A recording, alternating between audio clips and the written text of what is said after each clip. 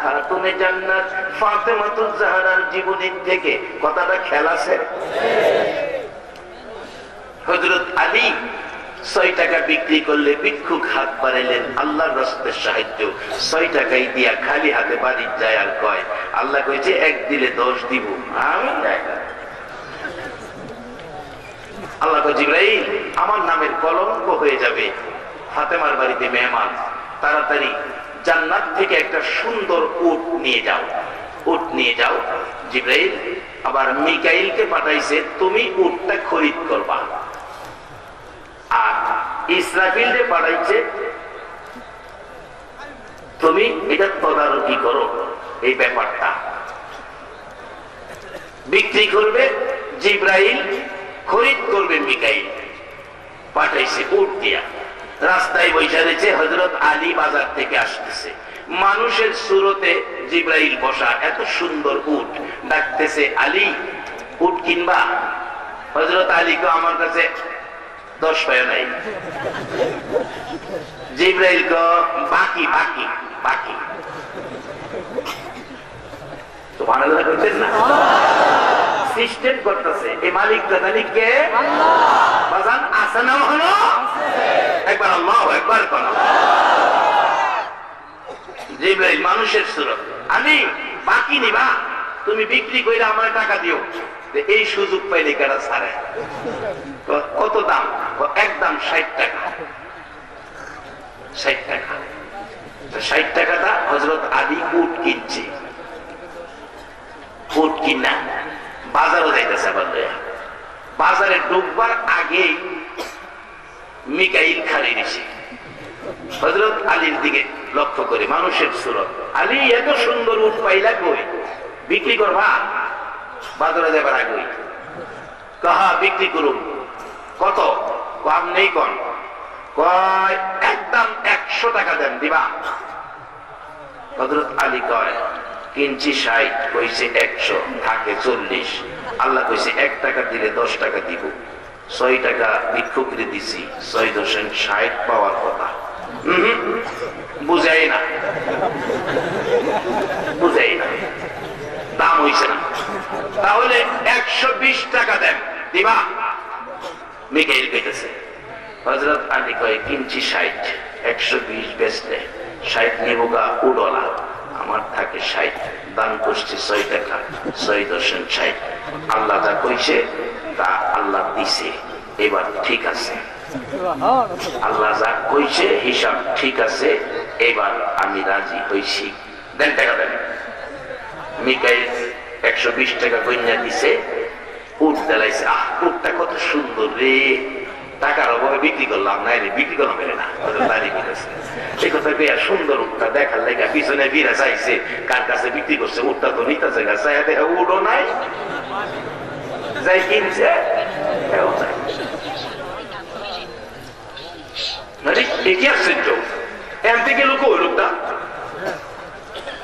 দৌড়ে গেছে, যার কাছ থেকে কিনছে হেলা আছে কিনা, গিয়া হেলা বসা। জিবরাইল মানুষের সুরতে ডাকতেছে, ভাই সাহেব আপনার টাকা লেগে দৌড়াইছি, কিন্তু উটটা বিক্রি করলাম, কে যে নিল লইয়া যে গেল আতো দিই না।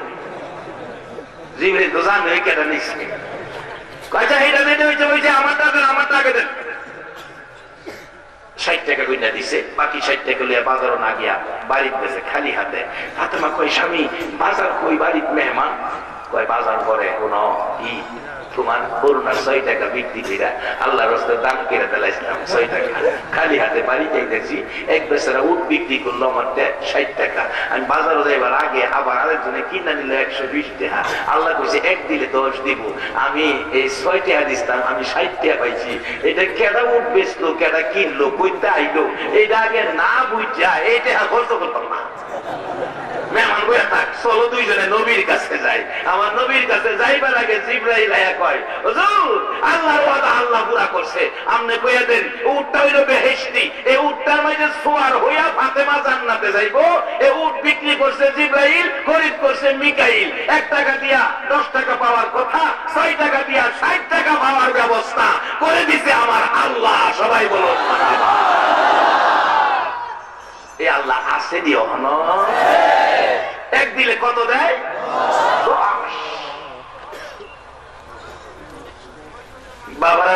শুধু টাকা দেয় এটাই না, সম্মান ইজ্জত দেয়, সম্মানও দেয় ইজ্জতও দেয়।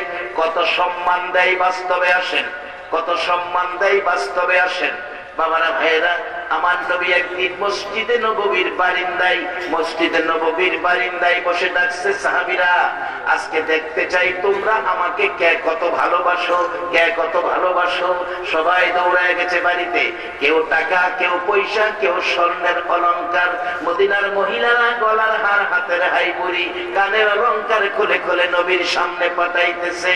সকলেই আনতেছে। জিজ্ঞেস করলেন কি আনছো? হুজুর আমার যা ছিল 4 আনার 1 আনা রাখছি, 3 আনা লয়ে আইছি, 2 আনা লয়ে আইছি, 2 আনা রাখছি। এইভাবে হিসাব দিতেছে। শুধুমাত্র বাকি কিতাব লেখে আবু বকর সিদ্দিক। ডাকতেছে তোমরা দাঁড়াও, আমার আবু বকর এখনো আসে নাই। আবু বকর ঘরে যাইয়া রুমালটা বিছাইয়া এই কাফের পিরিজদানি লইছে, গুটিনাটি জিনিস যা ছিল রুমালে, গ্যালাস লইছে, কুপি বাতি লইছে, নিমকদানি লইছে, সব রুমালে প্যাকেট করে রওনা হবেন, আসবেন। এবার তার বিবি পিছন থেকে ডাকছেন, স্বামী সব প্যাকেট করে কোথায় রওনা হয়েছ? বিবি গো, রাসূল বলেছে ভালো কত গ্যাপ আসে পরীক্ষা করবে। ও বিবি, আর কিছুই নাই, সব প্যাকেট করে রাসূলের ভালোবাসায় রওনা হলাম। বিবি ডাকতেছে, স্বামী গো সব তুমি নিয়ে নিলা, আমারে কিছু দেওয়ার সুযোগ দিলা না। শুনেছি মদিনার মহিলারা গো আমার নবীর ভালোবাসায় অনেক কিছু দিয়েছে। শুধু অনেক কিছু নয়, ও মা বোনেরা শোনো, মদিনার মহিলারা আমার নবীর কত ভালোবাসতো। আমার নবী যুদ্ধে গেলেন, শহীদ হলো অনেক সাহাবা, খবর পেল নবীও দুনিয়ায় নাই। একটা মহিলা পাগলিনী হইয়া দৌড়াইয়া যুদ্ধের ময়দানে রওনা হয়েছে। সাহাবীরা দেখলেই তাকে, মা দাঁড়াও, কই যাও? তোমার 2টা ছেলে শহীদ হয়ে গেছে।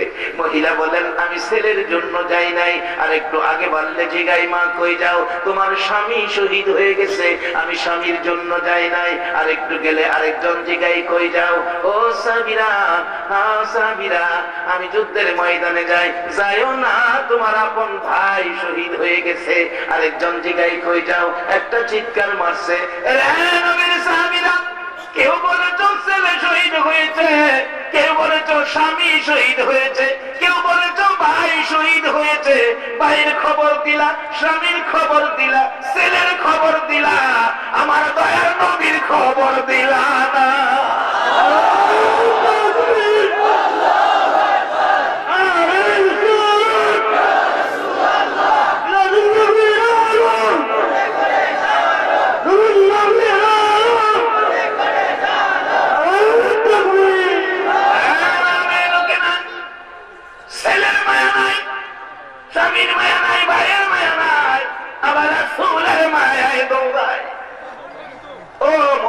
মহিলারা জীবন ধন্য করেছে আমার নবী পাইয়া।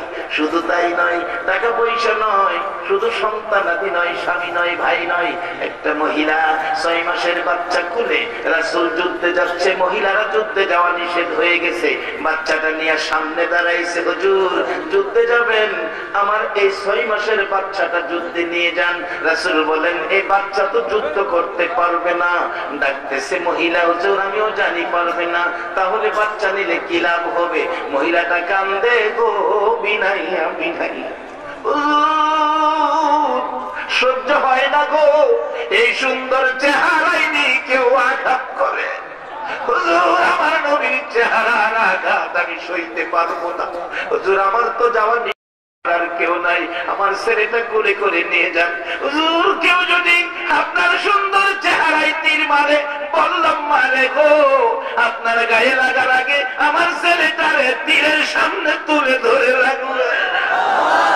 তীর আঘাত খাইয়া আমার ছেলেটা মরে যাবে, আমার দুঃখ নাই, আমার রাসূলের গায়ে যেন না লাগে। এই পাগল মদিনার মহিলারা ছিল গো মা, এর বিনিময় কি পেয়েছে আসুন সামনে বলতে বসেছিলাম, আবু বকর সিদ্দিকের বিবি ডাকতেছেন, স্বামী দাঁড়াও, স্বামী দাঁড়াও, দাঁড়াও গো স্বামী, একেবারে খালি হাতে দিব না। শুনেছি মদিনার মহিলারা গলার হার, হাতের অলংকার, কানের অলংকার খুলে খুলে নবীর জন্য দিয়েছে, আমি খালি দিব না। কি দিবে বিবি? করে কিছুই নাই।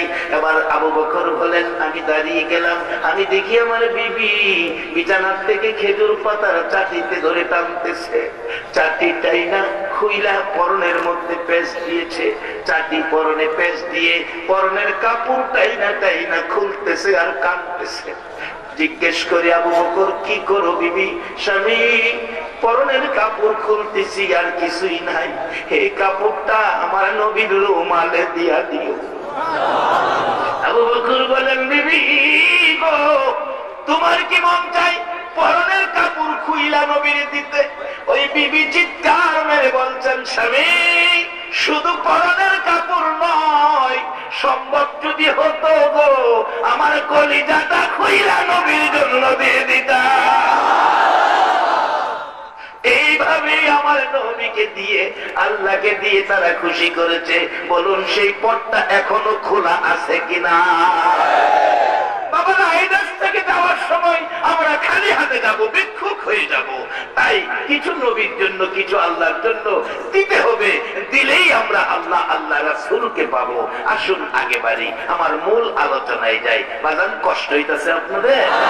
মহব্বতে আরেকটু দরুদ পড়ুন না। আল্লাহুম্মা সাল্লি আলা সাইয়্যিদিনা মুহাম্মাদ, আল্লাহুম্মা সাল্লি আলা সাইয়্যিদিনা মুহাম্মাদ, নাবিয়ানা সাফিয়ানা মাওলানা মুহাম্মাদ, নাবিয়ানা সাফিয়ানা মাওলানা মুহাম্মাদ। দিবানিশি মনে রে আমার আর দিও না যন্ত্রণা, দিবানিশি মনে রে আমার আর দিও না যন্ত্রণা। রে দনে যদি হইতাম দনি, যাইতাম সোনার মদিনা। রে দনে যদি হইতাম দনি, যাইতাম সোনার মদিনা।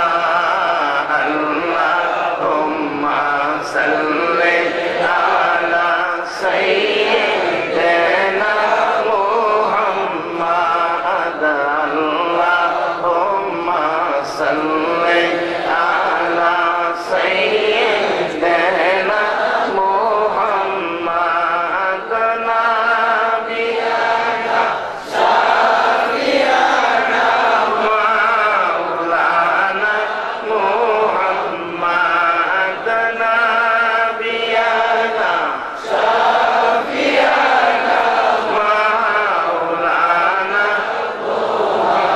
বলগল উলা বিকামালিহি, কাশাফাত দুজা বিজামালিহি, হাসনাত জামিউ খিসালিহি সাল্লাল্লাহু আলাইহি ওয়াসাল্লাম। মাহফিলটা মসজিদের পক্ষ থেকে। বলুন মসজিদ কার ঘর? সবাই বলুন। আর নামটা জানি কি? আল মদিনা। মদিনা, সবাই বলুন না, নামটা কি? মদিনা। মদিনার দাম পৃথিবীর সবচাইতে বেশি না কম? বাস্তবে আসে। মক্কার মদিনায় ঝগড়া লাগছে।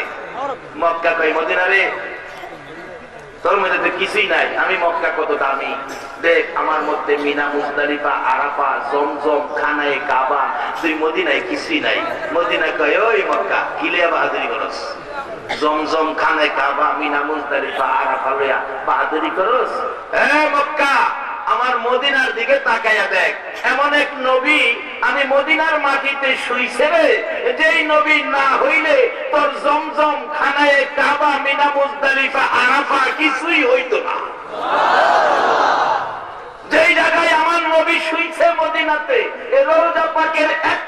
মাটি, সারা মাটি না। কিতাব লেখে এক মুষ্টি মাটির দাম আল্লাহর আরশের চাইতে কোটি গুণ বেশি। সে নামে নামকরণ সেই মসজিদের পক্ষে আপনারা। এবার মসজিদ জানি কার ঘর? এবার চলুন মসজিদের বরকত। মসজিদে যাবেন, 60 বছর হয়েছে নামাজ পড়েন নাই, কালকে ফজরের নামাজের জন্য উজু করে মসজিদে যাবেন। মসজিদের দরজায় ডাইন পাওটা খালি দিবেন, ডাইন পাওটা উজু করে নামাজের উদ্দেশ্যে মসজিদে ডাইন পাওটা দিছেন, আল্লাহ ডাক দিবে, ফেরেশতারা আরে আমার বান্দারা রে 60 বছরের গুনাহ লয়ে আমার ঘরে আইছে, ডাইন পাওটা দিছে, বাম পাওটা উঠাইবার আগে আমি আল্লাহ ঘোষণা করে দিলাম তার জীবনের সব গুনাহ আমি মাফ করে দিলাম। এই ঘরটার নাম কি? মসজিদ। যে ঘরে ডাইন পাও দিলে বাম পাও উঠাইবার আগে মাফ। এই ঘরটার নাম কি? সবাই বলুন মসজিদ। আচ্ছা, এবার আপনি লন্ডনে যান, লন্ডনের টাকায় একটা বাড়ি করছেন শ্রীমঙ্গলে। হায় হায় হায়, একেবারে Italian marble tiles, marble tiles দিয়ে ঘরটাকে সাজাইছেন। 1/2 কিলোমিটার দূরেতে জুতা খুলুন লাগে, হুজুর এটা মুইসা রাখছে, জুতাটা থুইয়াইলে ভালো। 1/2 কিলোমিটার দূরেতে জুতা থুইয়াউন লাগে, যেই সাজানো ঘরটা ডুববার লাগিয়া। এই ঘরটার যদি একবারে 60 জনে ধইরা আলগি দিয়া আপনারে নিয়ে দাঁড় করায়, এই ঘরে ফাও দিলে, ফাও না দিয়া মাথা লাগাইয়া রাখছেন, বলুন একটা গুনাহ মাফ হইব? সবাই দিবায় না, একটা গুনাহ মাফ হইব? এমন একটা ঘর আছে ডাইন পাও দিলে বাম পাও উঠাইবার আগে গুনাহ মাফ, বলুন সেই ঘরটার নাম কি? এই ঘরটার মালিক কে? আজকে সেই ঘরের পক্ষ থেকে আয়োজিত মাহফিলে আপনারা মেহমান। মদিনাওয়ালার বরকত, মদিনাওয়ালার দিদার, মদিনাওয়ালার সাথে সম্পর্ক, মদিনাওয়ালার দয়া, মদিনাওয়ালার ঘুমের ঘরে স্বপ্নের দিদার নসিব হয়ে যাবে। কিভাবে হবে? বাস্তব ঘটনায় ছোট্ট একটি ইতিহাস, ইরাকের ঘটনা। বাবা মসজিদে আমাদের যাইতে হবে কেন? আল্লাহ কোরআন শরীফে বলেছে, ওমা খলাকতুল জিন্না ওয়াল ইনসা ইল্লা লিয়াবুদুন। মানুষ আর জিন দুইটা জাতি বানাইছে একটা কাজের জন্য, ইল্লা লিয়াবুদুন, সেটা হলো ইবাদত। ইবাদত। আল্লাহ বলেন মানুষ আর জিন বানাইছি তারা করবে আমার ইবাদত, আর সকল মাখলুক করবে তাদের খেদমত। বলুন সমস্ত মাখলুক আমাদের খেদমত করে কিনা? আমরা শুধু ইবাদত করি না, নাইতে মাখলুকের খেদমত ঠিক আছে। সূর্য আকাশে ঠিক মতো উঠতেছে, চন্দ্র আকাশে ঠিক মতো উঠতেছে, তাদের দায়িত্ব পালন করতেছে, আমাদের দায়িত্ব কিন্তু পালন হয় না। এই জন্য আমরা বিপদ থেকে বাঁচতে পারি না। বলবেন ইবাদত করলে কি দিব? আল্লাহ কোরআন শরীফে কইছে, ফাদখুলি ফি ইবাদি ওয়াদখুলি জান্নাতি। তোমরা ইবাদতে ঢুকো, আমি তোমরা জান্নাতে ঢুকাবো। বাজান জান্নাতে যাইতে বলুন আপনারা রাজি আছেন কিনা? তবে জান্নাতের মূল ঠিকানা পাইছেন নি? আমার নবী বলেছে, উম্মতেরা রে, তোমাদের মার পায়ের নিচে তোমার জান্নাত। এই মারে কষ্ট দিয়েন না, মসজিদে যায়াও জান্নাত পাবেন না, মসজিদে যায়াও জান্নাত পাবেন না। বাজান হাদিস শরীফে রাসূল বলেছেন, আসসালাতু মিফতাহুল জান্নাহ, নামাজ বেহেশতের চাবি। তবে বাজান আমি জানতে চাই, বেহেশতের চাবি, বেহেশতের চাবি, তাহলে চাবি লইয়া গেলে বাহিরে তালা থাকে, বাজান ভিতরে সিটকারি আছে? ও সিটকারি আছে, ভিতরে কি আছে? নাইলে ইদ্রিস নবী যে ধাক্কাইলো তারা খুললা যদি যাই, তারপর ইদ্রিস নবী তো ভিতরে গেলে বইলে ভিতরে সিটকারি ওরা কয়, আখিরি নবীর উম্মত না হইলে সিটকারি খুলতাম না। বাজান বাইরের তারা নামাজটা খুলবেন, ভিতরের সিটকারি খুলবেন কি দিয়া? নবী বলেছে, উম্মতেরা রে, মা বাবারে কষ্ট দিও না, নামাজ পড়েও তোমার লাভ হবে না। অথচ নবী বলেছে নামাজ বেহেশতের চাবি। বাবারা, আমি এটাকে এটাকে পরীক্ষা নিরীক্ষা করে দেখেছি। নামাজ হলো বাহিরের তালার চাবি, কিন্তু ভিতরের সিটকারি খুলবেন এই চাবি তো নাই। এই চাবি কোত্থেকে আনবেন? বাস্তবে আসেন, বাস্তবে আসেন। কোত্থেকে আনবেন? 2001-এ হজে গিয়েছিলাম, মদিনার ঘটনা। আগে মদিনায় নিয়ে গেল মদিনার পাগল হিসাবে। রাত্র 2টা বাজে মদিনার সীমানায় ঢুকলো ভাস। মুআল্লিম ছোট মাইক, হ্যান্ড মাইকে বলছে, হাজী সাহেবরা ঘুমায়েন না, বাংলাদেশ থেকে যে মদিনার কথা শুনলে চোখের পানি আসে। আমরা আধা ঘন্টার মধ্যে মদিনার সীমানায় ঢুকবো। সকল হাজীরা ঘুম থেকে উঠে চকবক করতেছে, কোন সময় ঢুকবো মদিনার সীমানায়। মদিনায় সীমানায় ঢুকার আগে বলছে মুআল্লিম, দুরূদ পড়তে থাকেন, আমরা এই তো মদিনায় ঢুকলাম। সকলে দুরূদ পড়তেছে। এবার যাইতে যাইতে ফজরের আজানের টাইম কাছাকাছি হয়ে গেলে, এবার আজানের টাইমের আগে দিয়ে ডাকতেছে মুআল্লিম সাহেব, ও হাজিরা, হাজিরা রে, যেই নবী মদিনায় শুয়া তোমার জন্য কাঁদে রে, এই সামনের টার্নিংটা ঘুরতে দিলে আমার নবীর সবুজ রঙের গম্বুজ দেখা যাবে রে। হাজিরা গোয়ার থেকে ওইটা কান্দে, সিলেট থেকে ওইটা দাঁড়ায়া কান্দে। মুআল্লিম সাহেব বলেন, জানালাগুলি বন্ধ করে দেন। আমি জিজ্ঞেস করলাম, জানালা বন্ধ করবো কেন?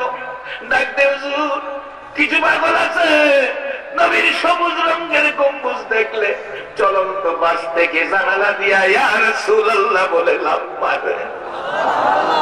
সেই সোনার মদিনা, চাঁদের মদিনা, আল্লাহ গো একটা বার এই মানুষগুলোর না দেখাইয়া কাফন পরাইও না। মদিনায় খেলাম, আগে মদিনার পাগল মদিনায় নিয়ে খেলো। 40 ওয়াক্ত নামাজ পড়তে হবে, নামাজ চললো। 5 দিন পার হয়ে গেলে বাংলাদেশি আমার সাথে দেখা। হুজুর আপনি বাংলাদেশি না? আপনার নাম কি? তোবাজ্জল হুজুর। খালি আপনার ক্যাসেট তো বাজে, মসজিদে বেলালের পাশে যায় দেখি আমার ক্যাসেট বাজে। তখন অডিও, বিসিডি না, অডিও বাজে। আমি দাঁড়ায় শুনি। বাঙালি সেলসম্যান মসজিদে বেলালের পাশে মদিনায়। আমার দেখে কয়, হুজুর এনারা চিনেন? আমার যে আমি চিনি নি। আমি কইলাম, বাবা এর বাড়ি কই? ভৈরব, ভৈরব। আমরা খুব শুনি ওনার ওয়াজ। ভৈরব হইলে মনে চিনু, যাক কদুরা শুনি না যাই, চিনুন দরকার নাই।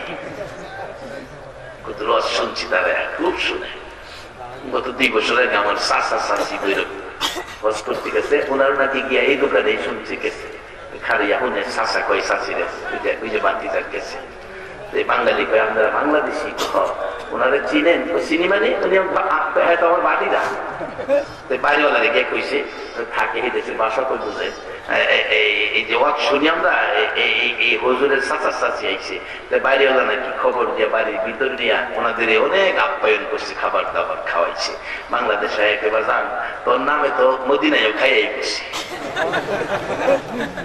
এই হোক, বলতেছিলাম এই যুবকটা বলছে, হুজুর আমাদের বাসায় যাবেন, একটু দোয়া করবেন। অনেক বাঙালি আছে, আমরা একসাথে গেলাম, দোয়া হলো। আসার সময় হুজুর একটা ঘটনা কাজে লাগবে। কি? একটা ছেলে নতুন আসছিল বাংলাদেশ থেকে, মসজিদে নববীতে চাকরি লয়া। কিন্তু দেখা গেল আমরা সকালে নতুন হিসাবে তার সাথে নিয়ে ঢুকলাম মসজিদে নববীতে। আমরা ঢুকতে পারে না, জ্ঞান হারা হয়ে পড়ে যায়। 1 দিন 2 দিন 3 দিন পরে গেলে রাত্রে আমরা বসলাম, তোর সমস্যাটা কি বল? এই ছেলেটা কাঁদতেছে আর বলতেছে, তোমরা আমার দেশে পাঠাও, আমার সম্ভব হবে না চাকরি করা।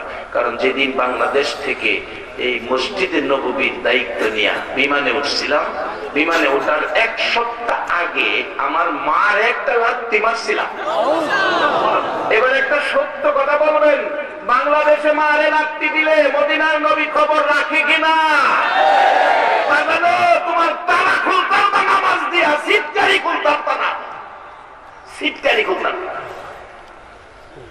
আরে মা বাবার কথা মতো যে জন চলে না, বলুন, মা বাবার কথা মতো যে জন চলে না, আল্লাহ নবীজির দয়া তারা পাবি না। হায়রে আল্লাহ নবীজির দয়া তারা পাবি না। মা বাবা বাবাকে দুঃখ দিলে নামাজে রোজা যায় বিফলে, মা বাবাকে দুঃখ দিলে নামাজে রোজা যায় বিফলে, মার কলিজায় আঘাত দিলে খোদা সহে না, মার কলিজায় আঘাত দিলে খোদা সহে না। আল্লাহ নবীজির দয়া তারা পাবি না, আইরে আল্লাহ নবীজির দয়া তারা পাবে না। লম্বা ঘটনা, ওই ছেলেটা বলছে মদিনা যেদিন আসবো বিমানে উঠবো, 8 দিন আগে মারে লাত্তি মারছিলাম। মা বলছিল যা কোথায় যাবি, আল্লাহ যেন আমার নবী যেন এই লাত্তির বিচার করে। মসজিদের নববীতে নবী ঢুকতে দিল না। এই মা বাবারা যদি কেউ কষ্ট দাও গো বাবা, নামাজ রোজা হজ যাকাত মক্কা মদিনার ইমামও যদি হইতে পারো, কিন্তু আল্লাহর জান্নাতে তোমার যাওয়া হবে না। এমন ব্যক্তির জন্য নবী সুপারিশ করবে না। কোন মা বাবা আজকে বাড়িতে মেহমান 5-7 জন মহিলা একসাথে খাইতে বইছে, তোমার আমার মাও খাইতে বইছে, বাচ্চা 6 মাস স্কুলে, বাচ্চা খাবারের মধ্যে একটু পায়খানা করে দিছে, দুর্গন্ধে সব মহিলারা নাকে কাপড় দিয়ে দিয়ে ঘর ছাইরা দিছে খাবারের প্লেট লইয়া, কিন্তু দুর্গন্ধে সব মহিলারা ঘর ছাড়ছে। একটা সত্য কথা কইবেন, আপনার আমার মা বাচ্চাটা কোলে, যেই বাচ্চা পায়খানা করলো মার কোলে, এই মা কি নাকে কাপড় দিছে? আরো পায়খানা কাপড়দার প্যাকেট করে এক সাইডে রাইখা বাচ্চা বাম হাতে বুকে চাপায়া 2 গালে জমায়া মা ভাত খায় আর কয় বাবা এত গন্ধ হেরান না হে লাগে গো বাবা, আমার নাকে তো একটু গন্ধ লাগে না। যেই মা এইভাবে পায়খানা কোলে বাচ্চা পাশে পায়খানা, মা ভাত খায় নাকে গন্ধ লাগে না, এই মারে যদি দুঃখ দিয়ে থাকো তোমার কপাল পোড়া। এই মা বাবার জন্য কিছু করা বলুন দরকার আছে কিনা? বাবা খায়া না খায়া কষ্ট করে পুরান কাপড় দিয়া সময় চালাইছে, এইভাবে রাইতের খাবার সকালে, সকালের খাবার দুপুরে, টাকা পয়সা দিয়া সম্পত্তি কিনছে, শ্রীমঙ্গলের আশেপাশে 20 গাড়ি সম্পত্তি। বাবা অসুস্থ, ডাক্তার বলছে মাদ্রাজ পাঠাইতে হবে, মাদ্রাজের জন্য একটা স্ট্যান্ড নিয়ে গেছে। বাবা আপনার কিনা জমি, আপনার কিনা সম্পত্তি, এই 4 ঘন্টার সম্পত্তি বিক্রি করলে আপনার চিকিৎসা মাদ্রাজে হবে, একটা সই দেন, 4 ঘন্টা জমি বিক্রি করে নাই। বাবা কই পাগল হইছস তুই? খায়া না খায়া সম্পত্তি তোর লেগে কিনছি, আমারে সম্পত্তি বেচা চিকিৎসা করতে প্রয়োজন আমি মরে যাম না, তবু সম্পত্তি বিক্রি করতে দিতাম না। যেই বাবা খায়া না খায়া সম্পত্তি কিনে সন্তানের জন্য অসুস্থতায় মরতে রাজি, সম্পত্তি বিক্রি করতে রাজি না, এই বাবা যদি কবরে থাকে বলুন সন্তানের কিছু করা দরকার আছে কিনা? কি করবেন? আল্লাহ কোরআন শরীফ শিক্ষা দিছে, রব্বির হামহুমা কামা রব্বায়ানি সগীরা। বাবারা ভাইয়েরা কষ্ট লাগে আজকে ওয়াজ করতে। আমার বাবা আজকে 15 দিন যাবৎ শুধু বলছে আমি যাবুগা বাড়িতে, যাবুগা বাড়িতে, যাবুগা বাড়িতে, যাবুগা। আমি জিজ্ঞেস করি বাবা এটাই তো তোমার বাড়ি, কই যাইবা বাবা? না না আমি বাড়িতে যাবুগা। একবার খাটের থেকে নাইমা ব্যথা পাইছে, বাড়িতে যাইবুগা, খাটে শুয়ে থাকতে রাজি না, বাড়িতে যাইবুগা। আজকে 2-3 দিন হয়েছে আমার বাবা আর কথা কয় না, আজকে তাকায়া থাকে, মন কয় আমার বাবা যেন আর থাকবে না। বাবা পুরান কাপড় দিয়া ঈদ জানাইছে, সন্তান খুশির জন্য বাবা নতুন জামা কিনছে, খালি পায়ে যাই বাবা ঈদ গাই গেছে, সন্তান খুশির জন্য নতুন জুতা কিনছে। সেই বাবা কার জানি কবরে গো, সেই বাবার জন্য আমার আল্লাহ কোরআন শরীফে শিক্ষা দিচ্ছে, সেই দোয়া কইরো কবরে গেলে রব্বির হামহুমা কামা রব্বায়ানি সগীরা। মার জন্য দোয়া কইরো গো। মা সন্তানের জন্য কত মা জীবন দিছে। কিছুদিন আগে মাহফিলে যাবো, সিদ্ধি মাধব দিতে প্রাইভেট হসপিটাল দেখি ভাঙ্গা, মানুষের ভিড়, মানুষ দৌড়াদৌড়ি করছে। জিজ্ঞেস করলাম গাড়ি থামাও, ঘটনা কি? অবস্থা বুঝা লয়। একজন হুজুর অন্য কোনো সমস্যা না যাইতে পারেন, সামনে বললাম হসপিটাল ভাঙ্গা, পুলিশ দাঁড়ানো। জিজ্ঞেস করি ঘটনা কি? পুলিশ বলেন হুজুর একটা মা বাচ্চা হবে, সিজারে বাচ্চা ভূমিষ্ঠ হবে, বাচ্চা খালাস করবে। ডাক্তার চিকিৎসা করতে যাইয়া, সিজার করতে যাইয়া, অপারেশন করতে যাইয়া একটা রগ কাইটা পালাইছে গো হুজুর, সাথে সাথে বাচ্চার মা মৃত্যুবরণ করেছে। হুজুর মা হসপিটালে আসার আগে সন্তানের জামা কাপড় কিনা থিয়াইছে, কিন্তু মা ভুল চিকিৎসায় একটা রোগ কাটা পড়ার কারণে মা মারা গেছে। এই জন্য এলাকার জনগণ উত্তেজিত হইয়া হসপিটাল ভাঙছে। আর একটু সামনে যাইয়া দেখি মা বাচ্চা কোলে নেওয়ার স্বাদ ছিল, দুই গালে চুমানের স্বাদ ছিল। এই স্বাদের দরুদি মার লাশটা টেম্পুর মধ্যে বসতেছে, পোস্টমর্টমের জন্য মেডিকেল নিয়ে যাবে। আমার দেখে চোখের পানি আইসা গেছে। মাগো একটা বাচ্চার জন্য তো তোমার জীবন দিলা গো মা। এই মারে কষ্ট দিও না, এই বাবারে কষ্ট দিও না। নামাজ রোজা হজ যাকাত দিও, আল্লাহ আল্লাহ রাসূল খুশি করতে পারবা না। ও বাবারা ভাইরা, শেষ দিকে এসে গেলাম। আসো এই মদিনা নামের মসজিদে থাইকা মদিনা ওয়ালার বরকতের ভাগ তোমরা পেয়ে যাইবা। প্রশ্ন আসবে হুজুর কিভাবে? এটাই আমার শেষ কথা, এটাই আমার শেষ কথা। কিভাবে পাইতে পারেন? একটুখানি চলুন ইরাকে যাই। কোন দলের আলেম অস্বীকার করার ক্ষমতা নাই। ইরাকের ছোট্ট একটি ঘটনা। একটা মুসলমানের সন্তান, গরিব মানুষ, জুতা সেলাই করে সংসার চালায়, কিন্তু তার থেকে 2 আনা 1 আনা পয়সা জমা করে ইরাক থেকে একদিন যাবে মক্কা আর মদিনা। এখানে এমন একজন মানুষ কি আছে যে এই রোজগার থেকে মাসে বা সপ্তাহে বা দৈনিক 10 টাকা করে জমাইতাছি মদিনা যাইতাম? নাই, এই মানুষ পাওয়া যায় না। জুতা সেলাই করে গরিব আব্দুল্লাহ বহুদিনে 2 আনা 1 আনা করে জমাইয়া পয়সা গনে গনে দেখে অনেক টাকা। এই বছর যারা হজে যাবে ডাকছে, হাজিরা হজে যাবেন, আমারে নিবেন। বাবা টাকা লাগে অনেক। জি আমার টাকা আছে। তুমি না গরিব মানুষ, আমি বহুদিন কষ্ট করে জমাইছি, আমারে নিবেন। দিন তারিখ দিলেন, আগামী রবিবার থেকে আমরা ইরাক থেকে কাফেলা মক্কার উদ্দেশ্যে রওনা হব। আব্দুল্লাহ বাড়িতে যায় আর খুশি, আমার মতো গরিব মক্কা মদিনায় যাব। কি ভাগ্য আমার, সারাদিন কাজ করে নাই, বিকাল বেলা রওনা হলো। বিকাল বেলা রওনা হলো, বাড়িতে জায়গা, মনটা আনন্দ। আমি মক্কায় যাব, মদিনায় যাব, মনে আনন্দ। রাস্তায় দেখে একটা বুরকা পরিহিত মহিলা মরা দুম্বার গোশত কাইটা ব্যাগে ভরতেছে। তাকে আব্দুল্লাহ একই ব্যাপার, ঘটনাটা কি দেখি, কি করে দেখি। গোশত নিয়ে বাজারে বিক্রি করে কিনা। গোশত নিয়ে রওনা হলেন, একটা বাড়ির ভিতরে ঢুকলেন। আব্দুল্লাহ বাড়ির গেটে দাঁড়িয়ে আছে। কিছুক্ষণ পর একটা ছোট্ট মেয়ে বাচ্চা বাহির হইছে। বলল মা বাড়িটা তোমাদের? একটা মহিলা গোশত নিয়ে ঢুকলো। কে? আমার মা, আমার আম্মু। আমার আম্মু গোশত কি করে? রান্না বসাইছে। এই গোশত কি করবে? আমরা খাবো। আব্দুল্লাহ বলছে মাগো এ তো মরা দুম্বার গোশত। মেয়েটা 2টা চোখের পানি রে গাল বেয়ে ছাড়ছে। চাচা কারো কাছে বললেন না, আমরা মরা দুম্বার গোশতই খাবো। আজকে 4 দিন পার হয়ে গেছে গো, আমরা চুলায় আগুন জ্বলে না। চাচা আমরা হলাম আওলাদে রাসূল, আমরা নবীর বংশের লোক।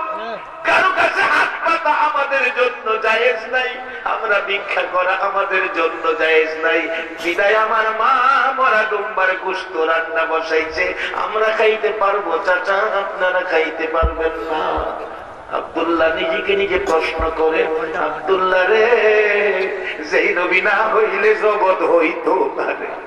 সেই নবীর আওলাদ না খাইয়া মরা দুম্বার গোশত খায়। বল মক্কা মদিনায় যাবি না আওলাদে রাসূলের ভালোবাসায় যাবি? প্রশ্ন করলে মন ফাইসালা দিল মক্কা মদিনায় যাব না, সবগুলো টাকা আওলাদে রাসূলের বাড়িতে হাদিয়া স্বরূপ আমি পাঠাইয়া দিলাম। রবিবার আসলে সকালবেলা ডাকছে, আব্দুল্লাহ চলো, আব্দুল্লাহ চলো। আব্দুল্লাহ বলেন আমার টাকা খরচ হয়ে গেছে। হাজিরা কই বললি যাবি? যাবি না? না। হাজিরা চলে গেলেন। এবার মক্কায় যাইয়া খানায়ে কাবা তওয়াফ করতে শুরু করেছেন। ইরাকের হাজিরা বলেন আমরা খানায়ে কাবা তওয়াফ করতে যাইয়া দেখি আমাদের আগে আগে আব্দুল্লাহ তওয়াফ করতেছে। মদিনায় নামাজে খাড়াইলাম, আগের কাতারে আব্দুল্লাহ। ঘটনা কি বললো? আসবে না, নামাজ শেষে জিগাবো। নামাজ শেষে নাই, অবশেষে আসলেন হজ করে। ইতিহাস লেখে ওই বছর সারা পৃথিবীর থেকে 5 লক্ষ হাজি আসছিল হজ করতে। ইরাকের হাজিরা আয়েশা আব্দুল্লাহর বাড়িতে গেলেন। আব্দুল্লাহ রে বললে যাবি না? সব জায়গায় তোরে দেখছি, কিনাকাটা করতে গেলে দেখছি আগে আগে কিনাকাটা করস, নামাজে দাঁড়াইলে আগের কাতারে, তওয়াফ করতে গেলে আমাদের আগে মিথ্যা কথা কইলি। আব্দুল্লাহ বলেন চাচা আমি গরিব হতে পারি, আমি জীবনে মিথ্যা কথা কই না। কি দেখলাম কি বলবো? হাজিরা বাড়িতে ঘুমাইলে রাত্রে আমার আল্লাহ ফাইসালা দেয়, রে হাজিরা আব্দুল্লাহ তো হজে যায় নাই রে, তোরা মক্কা মদিনায় আইছস এই বছর 5 লক্ষ হাজি, কিন্তু একজনের হজ এবার আমি কবুল করি নাই। হাজিরা রে, আব্দুল্লাহ আমার নবীর ভালোবাসায় নবীর আওলাদ না খাইয়া মরা দুম্বার গোশত খাবে, সেই দুঃখে দুঃখিত হয়ে মক্কা মদিনায় আসলো না, সবগুলো টাকা নবীর আওলাদের দান করে দিল। আমার নবীর আওলাদের খুশি করলো, এই জন্য আমি আল্লাহ মক্কা মদিনার হজ প্যাকেট করে আব্দুল্লাহর জন্য ইরাকের জমিনে পাঠাইয়া দিয়েছি। ইরাকের জমিনে যদি আব্দুল্লাহর জন্য মক্কা মদিনার হজ পাঠাইতে পারে, বলুন আজকে যারা আল্লাহর ঘর মসজিদের মেহমান হইয়া আল মদিনা নাম লাগাইছো গো, মদিনার বরকতের পাশে এই জমিনে আসতে পারে কি না? রে আব্দুল্লাহ তোর হজটাই শুধু কবুল হয়েছে, তোর হজটা কবুল করতে যাইয়া আজকে 5 লক্ষ হাজির হজ আমি আল্লাহ কবুল করেছি। আজকে সেই বরকতের দরজা তো খোলা। আব্দুল্লাহ মক্কা মদিনায় গেল না, হজের টাকাগুলো আওলাদে রাসূলকে দিয়ে দিল, আর আল্লাহ খুশি হইয়া মক্কা মদিনার হজ বাড়িতে দিল। আজকে এমন একটা সুযোগ আপনাদের মধ্যে, মসজিদ আল্লাহর ঘর নামটা হলো আল মদিনা। আজকে মদিনার ভালোবাসায় কেউ যদি রক্তের কামাই এই রোজগারের টাকা হইতে মসজিদের জন্য কিছু টাকা দান করতে পারেন, অবশ্যই মদিনাওয়ালার সাথে একটা রাত্রে ঘুমের ঘরে স্বপ্নে দেখা হয়ে যাবে। সেই মদিনাওয়ালার সাথে সম্পর্ক, মদিনার বরকত, মদিনাওয়ালার দেখার আশায় আল্লাহর ঘর মসজিদের পক্ষ থেকে 2 হাত আপনাদের কাছে বাড়াইলাম। একজন মানুষও উঠবেন না, যারা উঠবেন আমি মনে করব মদিনাওয়ালার ভালোবাসা আপনাদের নাই, মসজিদ আপনাদের কাছে ভালো লাগে না। আমরা তো উম্মত গুনাহগার, কে আসে মোদের তরাইবার, কঠিন হাসরের মাঝার সপরে চাহে আপনার আনবী।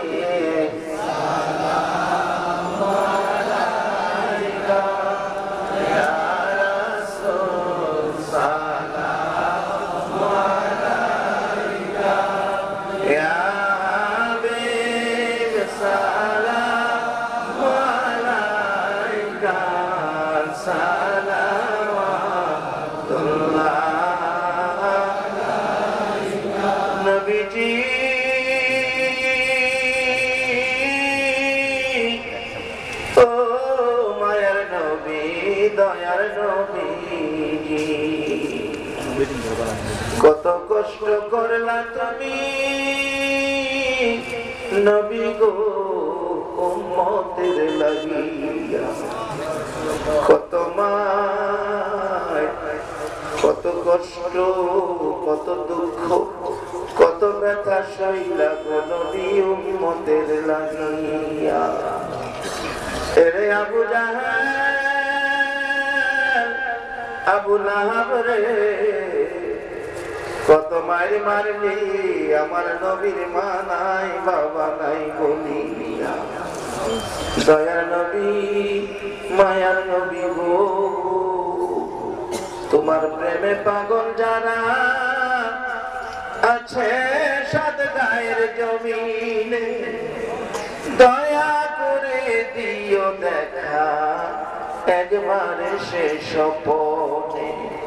তোমায় দেখার পাগল হইয়া, তোমায় দেখার আশা লইয়া, জানাই তোমায় লাখো সালাম ইয়া নবী, সালাম আলাইকা ইয়া রাসূল, সালাম আলাইকা ইয়া হাবিব, সালাম আলাইকা, সালাওয়াতুল্লাহ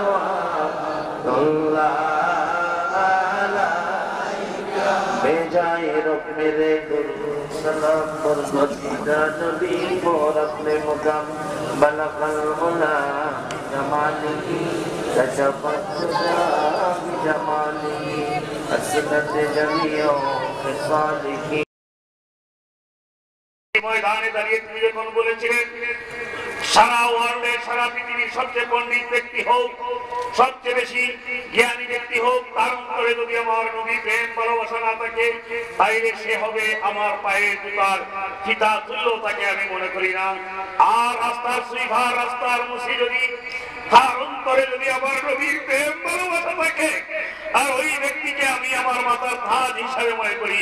আমি মহান রব্বুল আলামিনের দরবারে এই ফরিয়াদ জানাবো, আজকের প্রধান অতিথি মহোদয় ঠিক এইভাবে আলোচনা করেছেন, এবং এই আলোচনার ব্যক্তিতে আজকের প্রতিটি মানুষকে যেন আল্লাহ পাক রব্বুল আলামিন আল্লাহর নবীর প্রেমিক গোলাম হিসেবে কবুল ও মঞ্জুর করেন, সকল আমিন।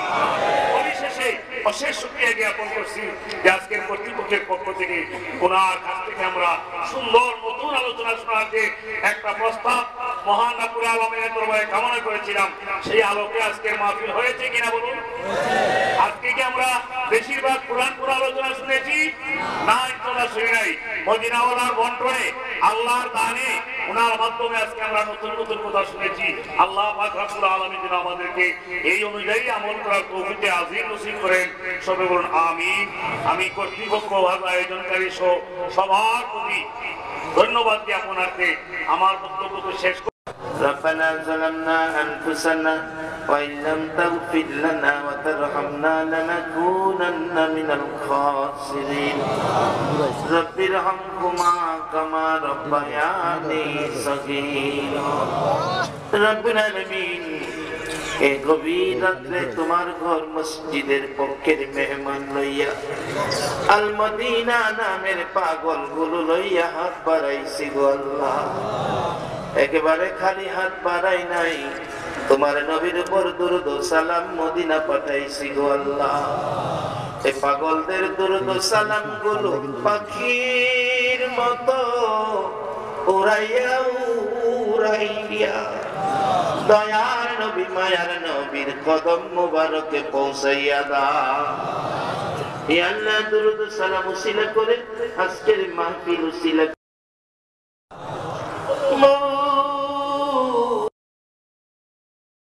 হয় না। ছেলেটা টেলিফোন করে সান্ত্বনা দেয়, মা কাইন্দ না, বাবা গো আমি তো ভালো আছি, ভালো বেতনে চাকরি করি, কোম্পানি বলেছে 3 বছর পর আমাকে বাড়িতে যাওয়ার ছুটি দিবে। মা দরদি 3 গণে সপ্তাহ লক্ষ টাকার জিনিস মা বাবার জন্য কিনছি, এয়ারপোর্টে নাই মা, বাহির হইয়া দেখে রে মা বাবারে দেখা যায় না। বড় ভাই দাঁড়িয়ে আছে, ভাই মা রহমতের জন্য কবর কবরবাসীদের নাজাতের জন্য মাহফিলটা কায়েম রাখো গো আল্লাহ। মাহফিলে যারা আসছে আসবে, সাহায্য সহযোগিতা করেছে করবে, সকলকে তুমি একটা রাত্রে গো আমার দয়ার নবীরে ঘুমের ঘরে স্বপ্নে দেখাইয়া দিও গো আল্লাহ। নবীজিকে স্বপ্নে দেখাইয়া আমাদের কলিজা ঠান্ডা করে দিও গো আল্লাহ। আল্লাহ মাহফিলের জন্য ইমাম সাহেব সহ আমার বাবাজি ভৈরব পর্যন্ত গেছে। আল্লাহ যারা পরিশ্রম কষ্ট করেছে, কমিটির সকল সদস্য গুলাকে তোমার কুদরতি হাতে দিয়ে গেলাম। আল্লাহ আমার নবীর ভালোবাসার মালা গলায় পরাইয়া দাও গো আল্লাহ। যাদের ছেলে মেয়ে আছে প্রত্যেকের ছেলে মেয়েদেরকে হায়াত বাড়াইয়া দাও আল্লাহ। যত পরীক্ষার্থী আছে আমার মাদ্রাসা সহ স্কুল মাদ্রাসার সকল